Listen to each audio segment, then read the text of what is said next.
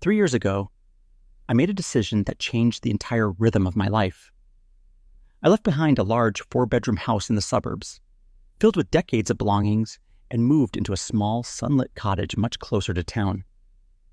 At first, it felt like I was giving something up, but today I see that I was making space for peace, clarity, and a simpler kind of joy. Now, sitting here in the stillness of my morning sipping tea, I feel lighter than I have in years, not just because of the move, but because of what I stopped doing. More specifically, what I stopped buying. After retiring, I realized that many of my purchases were not about need.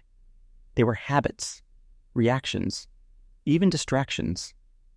Without a full-time job tying me to a routine, I finally had the time and perspective to ask myself what truly adds value to my life.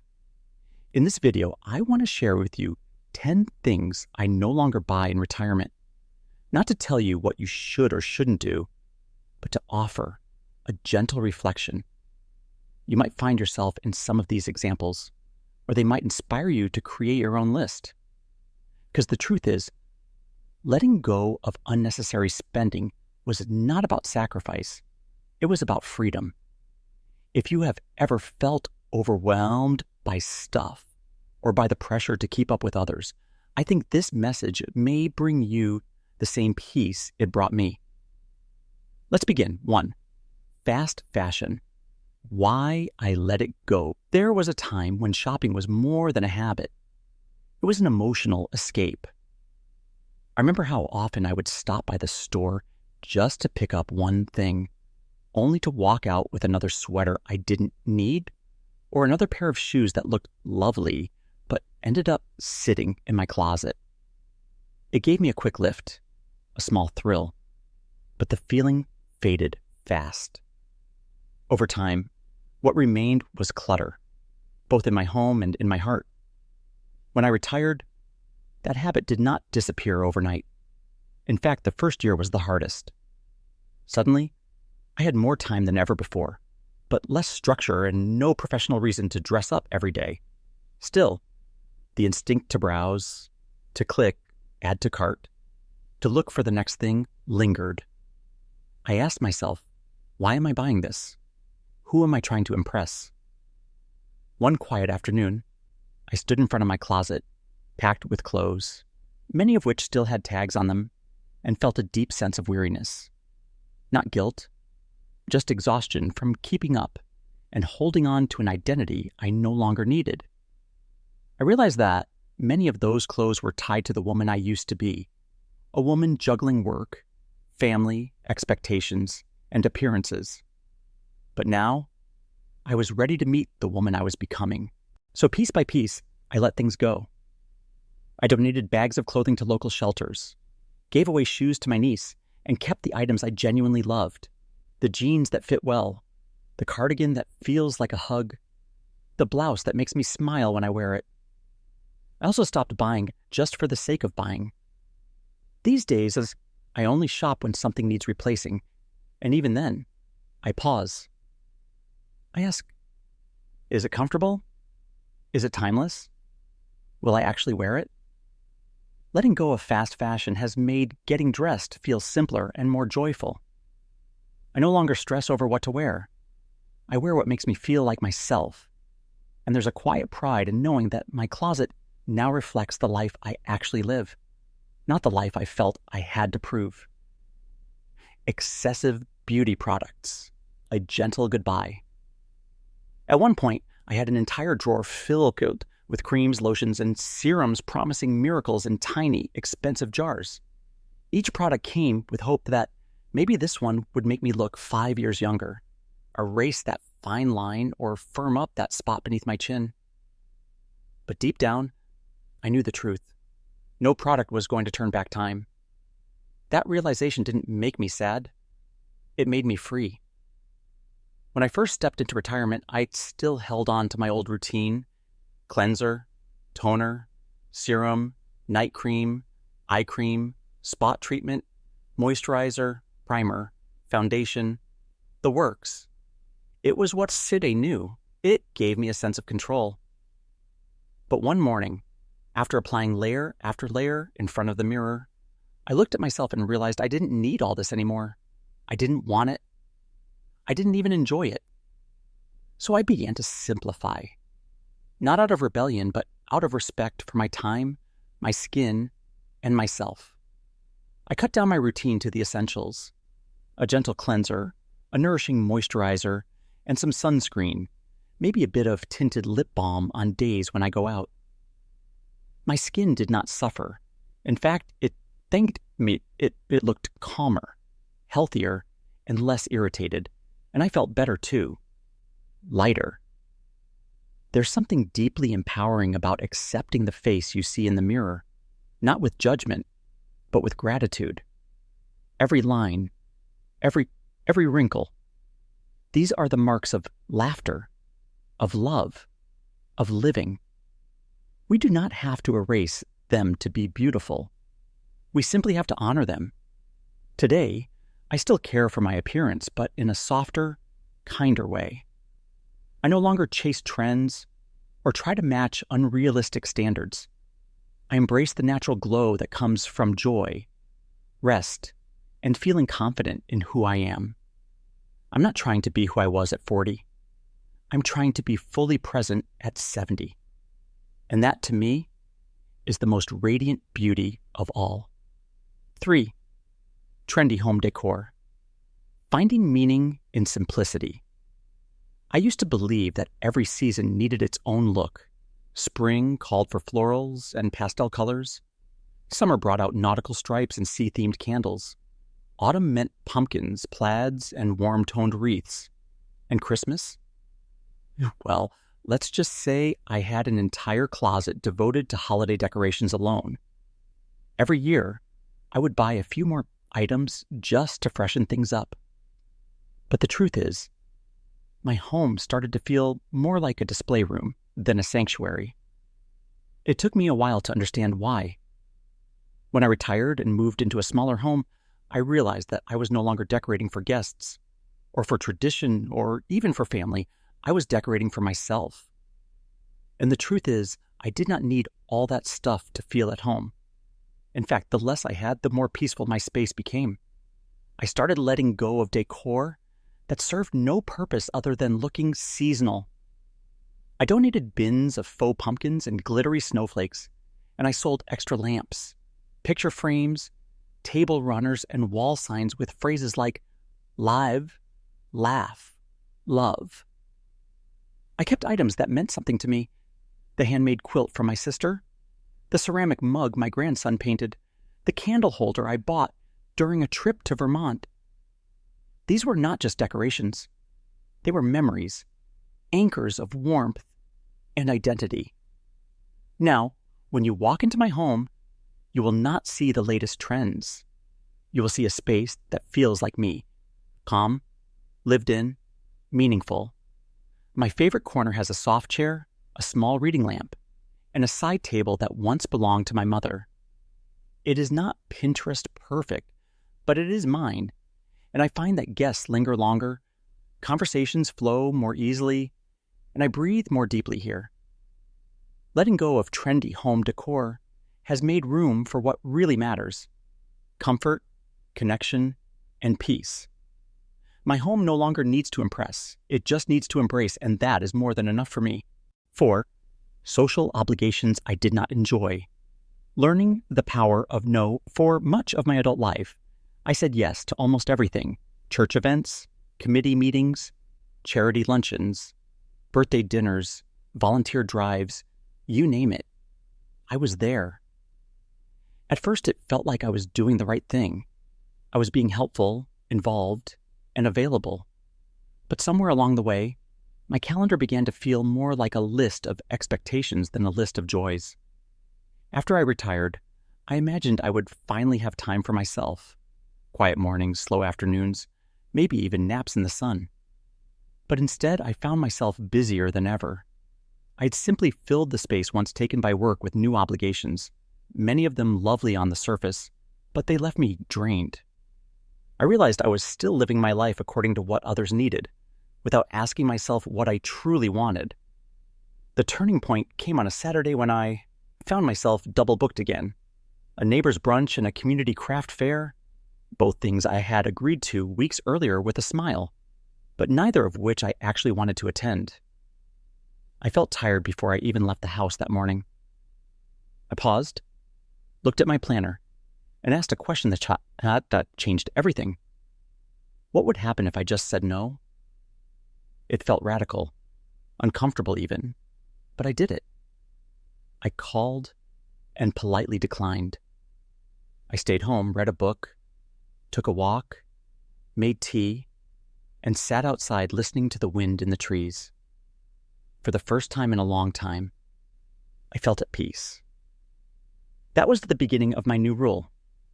If something does not bring joy, purpose, or true connection, I give myself permission to say no. These days, I choose my social commitments with care.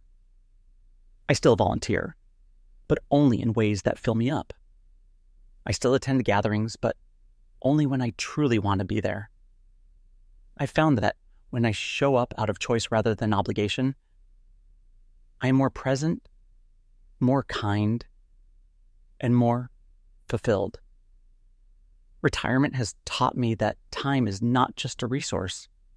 It is a gift, and choosing how to spend it is one of the most loving things I can do for myself. Saying no does not make me rude or selfish. It makes me free. 5. Buying gifts just to give something, choosing meaning over materials. I used to believe that giving gifts was an obligation. Every birthday, holiday, housewarming, and graduation, I felt the pressure to wrap up something, anything, just to check the box. It felt impolite to show up empty-handed, so I bought candles, scarves, mugs with cute sayings, picture frames, and gift cards. Sometimes the gifts were thoughtful. Other times, they were just things. But as the years went by, I started to notice something.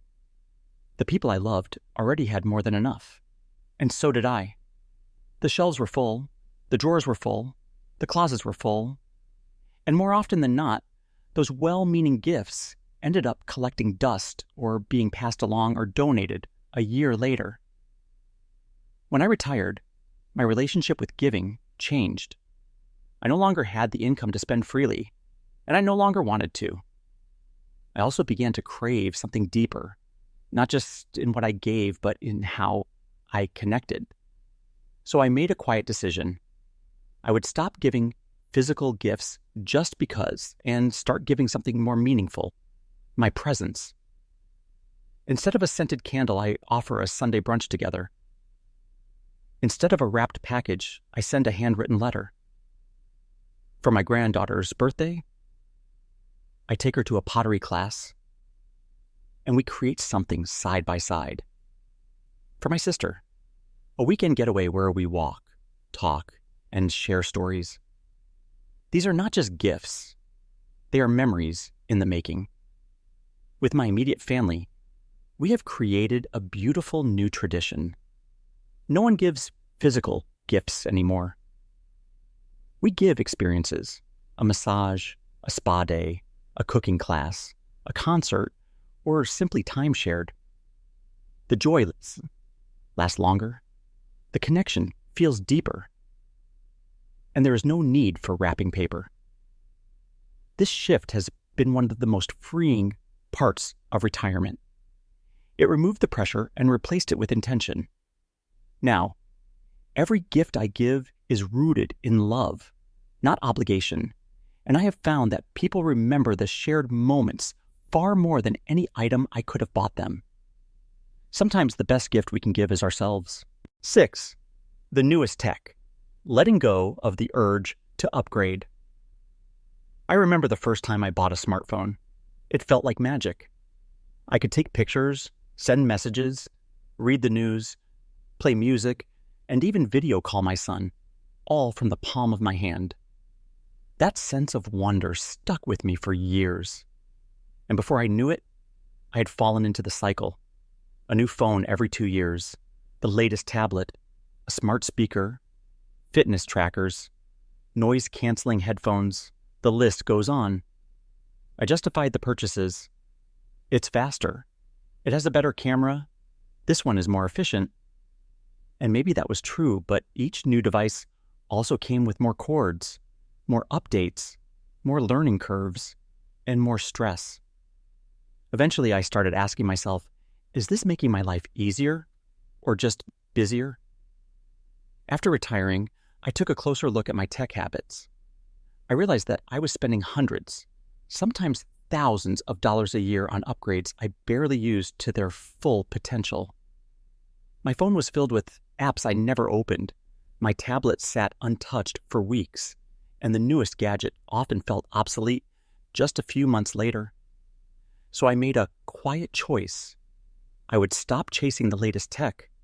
I would keep what worked and replace only when necessary. That was 3 years ago. Today I still use a phone that is several models old. It calls, it texts, it takes lovely pictures of my garden, and that is enough. I no longer scroll through tech reviews or feel the urge to keep up. There is a beautiful calm that comes from using what you already have. I have fewer cords, fewer chargers, fewer frustrations, and I have more time, more space, and more presence in the real world. Technology should serve us, not the other way around. I'm not anti-tech. I am simply pro-purpose. If something adds genuine ease or joy to my life, I welcome it. But I no longer confuse new with better. And in this stage of life, I find myself drawn to simplicity, not screens. Letting go of the need to upgrade has helped me reconnect with myself, with others, and with the present moment. That kind of connection no device can replace. Chapter 7. CDs, DVDs, and books.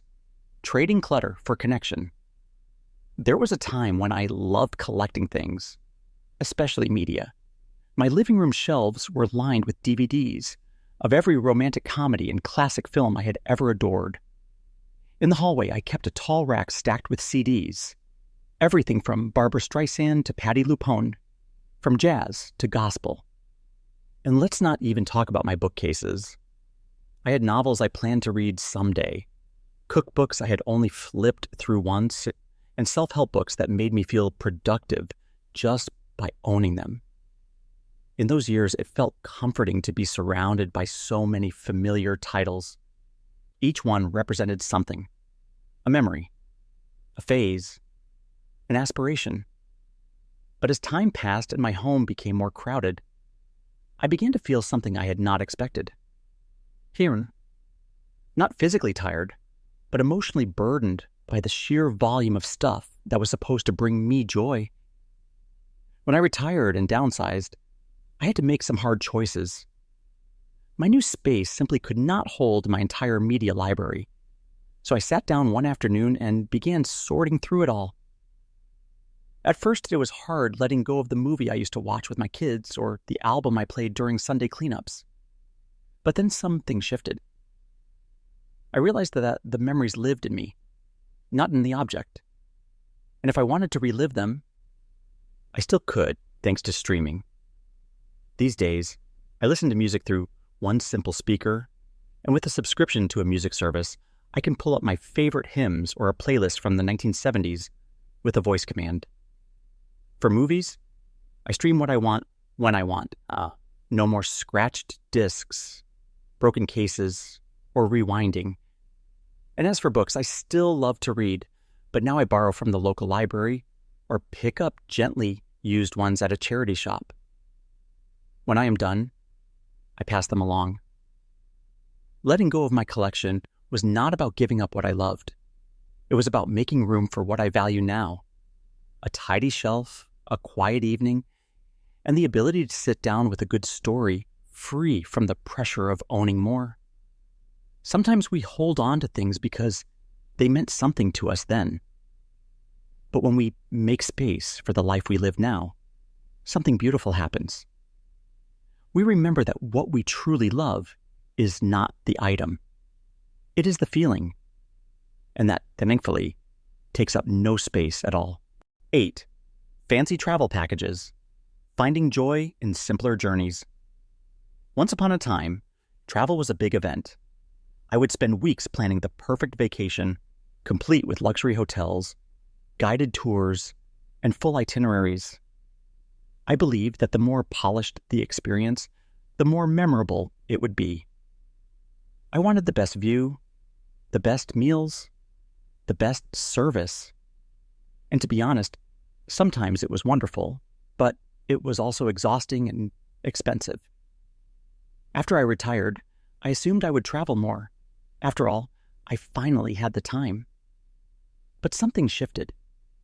The idea of airports, suitcases, schedules, and five-star everything started to feel heavy. I began to wonder, what if travel could be slower, simpler? What if I didn't need luxury to feel alive? That question led me to try something different.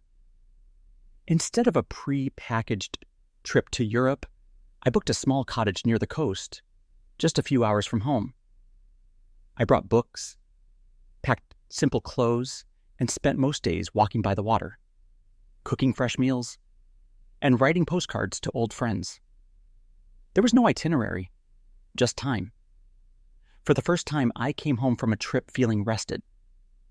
That experience changed everything. I no longer chase bucket list destinations. I look for places that offer peace, not prestige. A nearby cabin, a quiet bed and breakfast, a day trip to a botanical garden. These small escapes bring me more joy than any cruise or all-inclusive resort ever did. Travel for me now is about being, not just going. It is about connecting with nature, with people, and with myself. I still travel with family from time to time, but the focus has shifted. Instead of seeing the most of sights, we take our time. We laugh more, eat slowly, and come home with hearts full, not credit card bills. Letting go of fancy travel packages was not about settling for less. It was about choosing better sleep, better memories, better presence. At this stage of life, I do not need five-star hotels to feel rich. I feel rich when I sit by a lake with a cup of tea, hear the wind in the trees, and know I am exactly where I want to be. 9. Buying out of guilt. Breaking the cycle. For years, I bought things not because I needed them or even wanted them, but because I felt I should. A friend invited me to a home party. I bought something to be polite. My granddaughter sold wrapping paper for school. I ordered more than I needed. If I was feeling down one day, I picked up a new blouse, thinking it would lift my mood.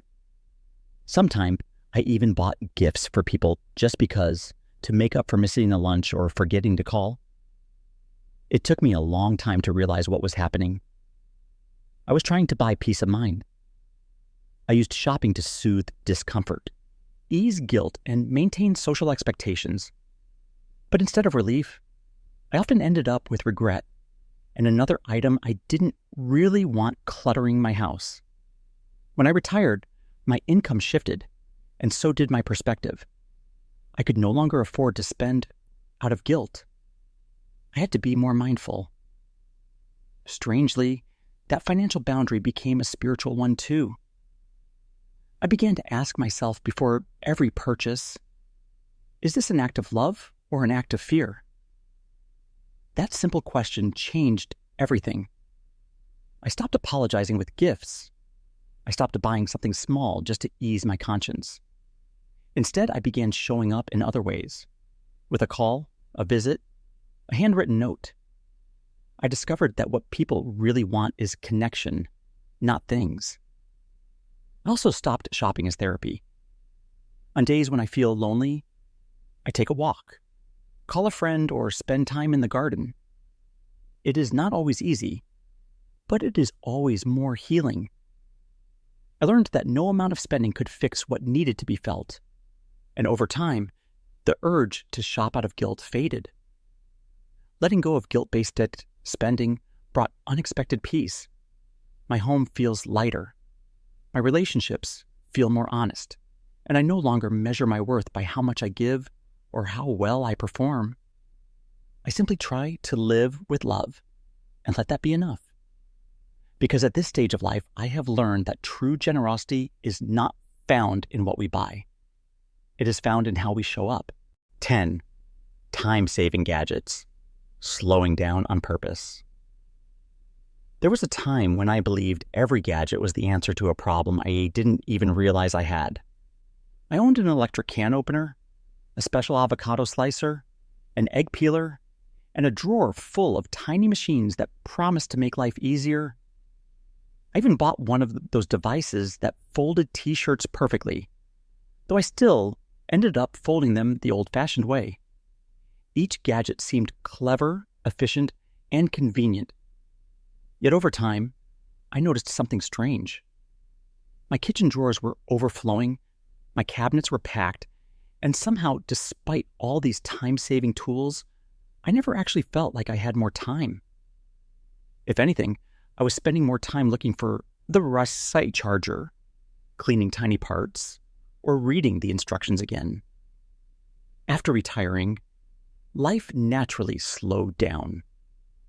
I no longer had deadlines or back-to-back appointments, so I started questioning things. Why am I rushing to slice vegetables faster? What is the hurry? I'd spent so many years running, multitasking, and keeping up, but now I had the gift of time, and I realized I was still treating it like it was slipping away. That realization shifted everything. I began decluttering my gadgets one by one. I donated or gave away anything I hadn't used in 6 months. I asked myself, can I do this task with my hands? Does this tool add joy or just more parts to clean? Suddenly, cooking became simpler. My drawers opened with ease and my countertops were clear. I was not just saving space. I was reclaiming peace. Here's the beautiful part. I began enjoying the tasks I used to rush through, chopping onions while listening to music, washing dishes slowly while watching the sunset from my kitchen window, folding laundry while humming my favorite hymn. These quiet moments became a kind of meditation. They grounded me. Letting go of time-saving gadgets taught me something deeper. Just because something is faster does not mean it is better. Sometimes, the slow way is the meaningful way, the way that brings us back to ourselves. Looking back over these 10 things I no longer buy, I see more than just a list of purchases. I see a shift in values, a quiet gradual turning away from the things that used to define me and toward a life that feels more honest, more intentional, and more whole. Retirement did not just change my schedule, it changed my soul. It invited me to listen more closely to what I actually need, not what I was told to need, not what everyone else is doing, but what this version of me, the one who has lived through decades of joy, loss, love, and learning, now wants to carry forward. And the truth is, I want to carry less stuff, less noise, less guilt, and less pressure to perform or impress. In letting go of those things, I have made space for so much more peace, more presence, more connection, and more delight in small, ordinary moments.